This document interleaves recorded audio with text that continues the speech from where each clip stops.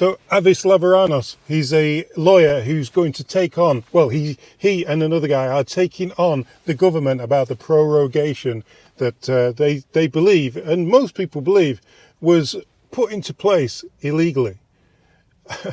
Yeah, well, he came on the radio and I managed to just about capture it. So hopefully you can hear most of it. There's a bit driving, a bit not driving, but I tried to capture it, and you can have a listen to what the actual lawyer is saying about this prorogation case and where they're at now. It started with obviously cabinet, the executive, Chrystia Freeland, the total loss of confidence in our government, and Trudeau's semi-resignation. I say semi-resignation because, of course, he didn't actually resign, but he announced that he plans to resign. So we could see right from the get-go back in January that government was basically in a state of revolt. Mm-hmm. We were hopeful that we would have an election and that we could move on with a new mandate from the populace and so on. The proroguing government is exactly the opposite direction from that.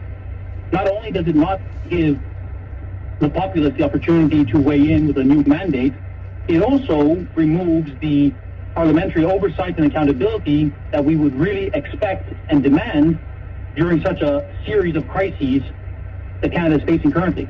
He was then asked a direct question. What does he think that Justin Trudeau's prorogation of Parliament law, what law does he think that he's broken, and where is the downfall of the prorogation that Trudeau's instigated, and the Governor General, because she's obviously okayed it and said, yeah, it's fine, yeah, of course you can prorogue Parliament, that's fine by me. Yeah, what law has he broken, he was asked. Sure, it's a great question. There's two answers. The first is it has to be put in the context of the time or the duration of prorogation. Everybody likes to talk about what Stephen Harper did in the past. But Stephen Harper's prorogation in 2008 was for about 7 weeks. It was also over the holidays, and the amount of crises that Canada was facing at that time were far less, and they were much more insignificant than what we're seeing today. So that's the context matters. The second thing is the legitimacy of the executive to handle the current crises. It would be one thing if they want the prorogue government get their ducks in order and then manage all of the crises. It is entirely separate when your own cabinet, your own executive is in a state of open revolt. When you have your deputy prime minister and your minister of finance resigning with a rather scathing letter, when you have the whole shuffling of cabinet, you don't even have a functioning executive that can navigate temporarily. So really, it's a combination of both things. It is the duration and it is the current state that we are abandoning. With what's going on in Canada and the looming tariffs coming up in March again, and the leadership race and everything that's going on, he was asked, what do you think this will do? Do you think this will be like a marker going forwards? Do you think this will be a tipping point for governments as to what they can and what they can't do while in government? It's a great framing.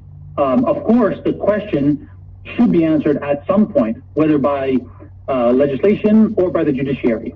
So at some point, limits of prorogation and the Prime Minister's authority to do that have to be identified.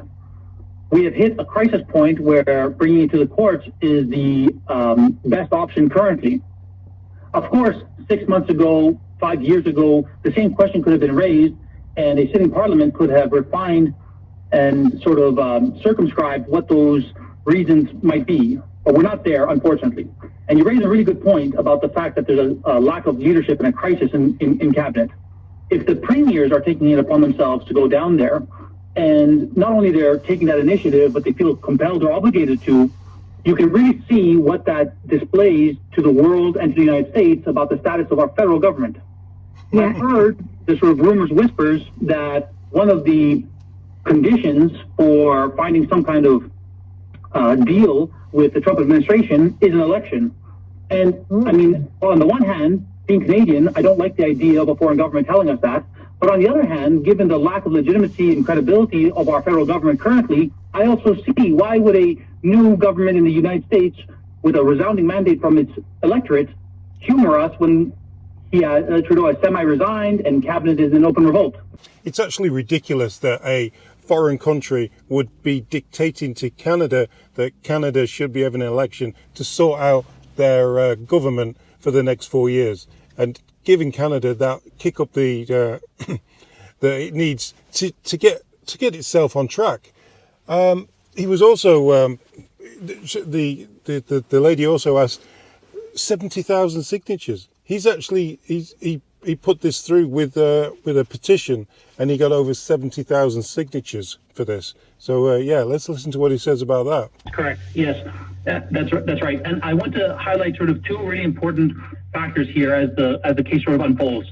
The government has put forward a series of arguments that even the justices there sitting kind of pushed back on, and thankfully the Justice Center for Constitutional Freedoms has also kind of rebutted. One of them is that there was no guarantee that there would be an election that's called.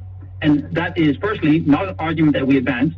And secondly, it's entirely irrelevant, because asking Parliament to have oversight and the tools and mechanics that Parliament offers is critical during these series of crises that we are seeing. The second one that's really important is that there's nothing pressing or urgent that needs to be dealt with. This is an actual argument that the Attorney General has put forward to the Chief Justice. And thankfully, Chief Justice Crampton immediately rebutted that and said, in Freedom's own words, there's a grave, serious threat associated with the tariffs and the looming trade war. We also saw immediately when Trump said that there was going to be a 25% tariffs, the economy started to paralyze, all the premiers were left in a lurch, people were taking liquors off the shelves, putting them back, etc., etc. So we can very clearly see that there is a crisis that's looming ahead of us. So thus far, I have to say that the conditions seem very favorable for us in the court, based solely on what the Attorney General has advanced as their arguments. Wow, yeah. So that's his argument. That's his argument in court. They're arguing that there's no rush. There's nothing going on. What do you mean? We've got everything's under control. Everything's fine.